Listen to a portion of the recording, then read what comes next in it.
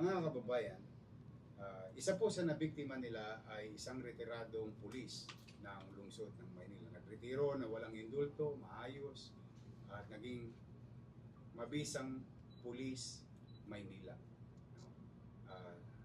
Nakalulungkot mang isipin,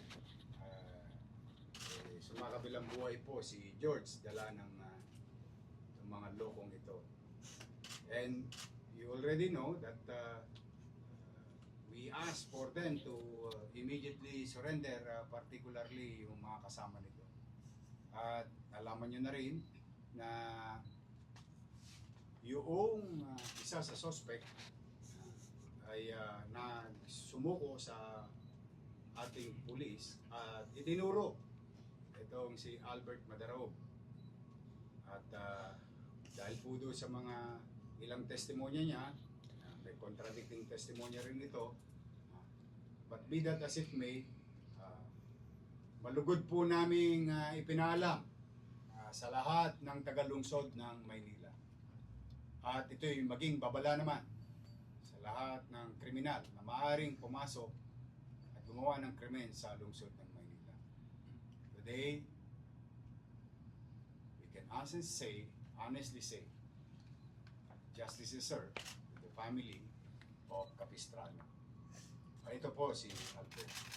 Ipakita mo. Ito po. Yan po yung nasa litrato, nasa CCTV, na napanood ng madlang tao o ng taong bayan. At and he was properly identified also by B-Boy na siya yung kasama. Siya po ay kaninang madaling araw ay nadakip sa White Diamond Inn, San Pedro, Laguna. Base na rin sa mga impormasyong ibinigay ng publiko. Kaya ako po, on behalf of the family ng Capistrano family, on behalf of the people of Manila, maraming salamat sa taong bayan na nagbigay ng impormasyon sa amin na ito nag-check-in sa Nueva Ecija, sa Cabanatuan, paikot-ikot sa Arayat, pati sa San Mateo, kung saan-saan po ito nagpunta. At ang nagbibigay ng impormasyon sa ating kapulisyahan ay mga taong bayan. Alam niyo po kung sino kayo at maraming salamat po sa inyo at nasukol din po. At mapapansin ninyo, meron siyang kasama. No? Ang pinagtataka ko naman dito sa kasama, alam niya nang wanted yung kasama niya dahil sila'y magnobyo. Nakisapakato ito. Alam niyo po, bawal po yun sa batas.